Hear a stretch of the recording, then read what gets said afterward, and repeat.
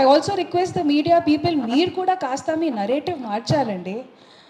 400-500 dogs die with lethal injection అనేది కాకుండా ఇన్హ్యూమెన్లీ అ genocide took place అని కాస్త మీరు కూడా మీ హెడ్లైన్స్ మార్చితే మీ తరఫు నుంచి ఆ న్యూస్ చదివేటప్పుడు ఆ ట్రిగర్ ఉండేది కదా, క్యాజువల్గా కాకుండా కాస్త ఎంపతి వస్తుంది.